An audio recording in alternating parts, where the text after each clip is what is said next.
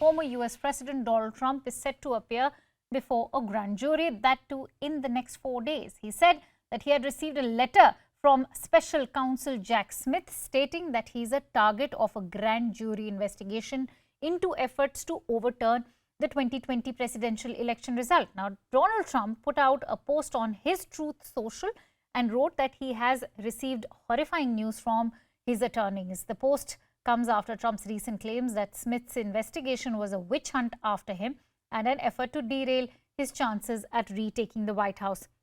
This news comes as Donald Trump is maintaining a commanding lead over the 2024 Republican presidential primary field, underlining how his legal headaches could continue to upend this campaign.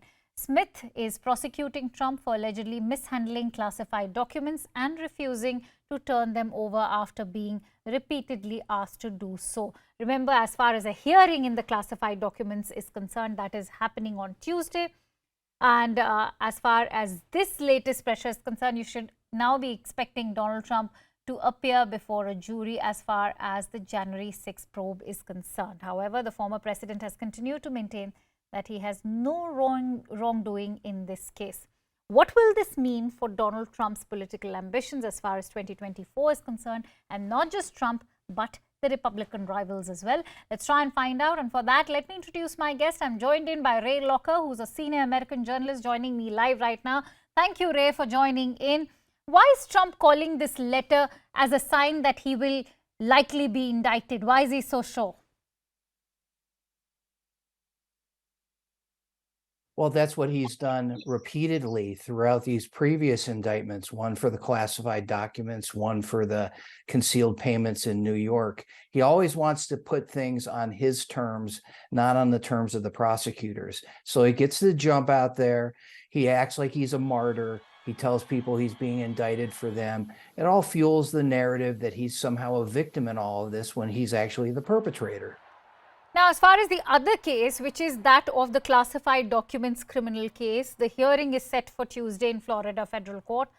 The important question that arises is, wouldn't a January 6th related indictment of Trump be much harder to prove than his mishandling of government documents?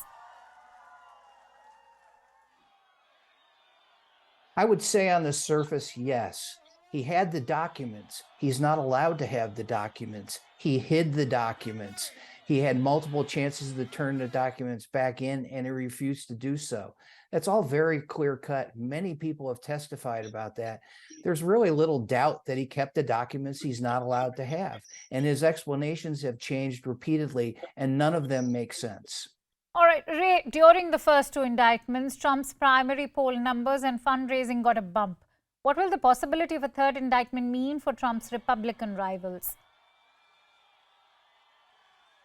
Well, I think it gives energy to Chris Christie because he's the only guy who's had the nerve to say anything about Trump.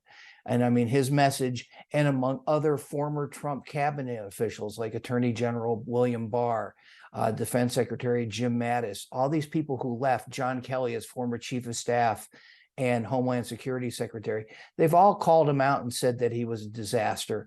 This will be more people doing so. Plus, you have Republicans like Liz Cheney, Adam Kinzinger, who were on the January 6th committee, and this will give them more ammunition for what they have discovered through their investigation. So the chorus of Republicans who are speaking out against Trump will only grow. Unfortunately, that's not growing among the people who are running against him for the Republican nomination. Right. Ray, lastly, many political experts have been ruminating the possibility if Trump will be able to dodge his legal woes to emerge as the key Republican contender against Biden in 2024. How do you assess such a possibility now? I think they already have. I think I'm probably among a minority of people who do not believe he's going to be the 2024 Republican nominee. I don't know how that happens. I think it's going to happen, as some people say about a lot of things, happen gradually, then quickly.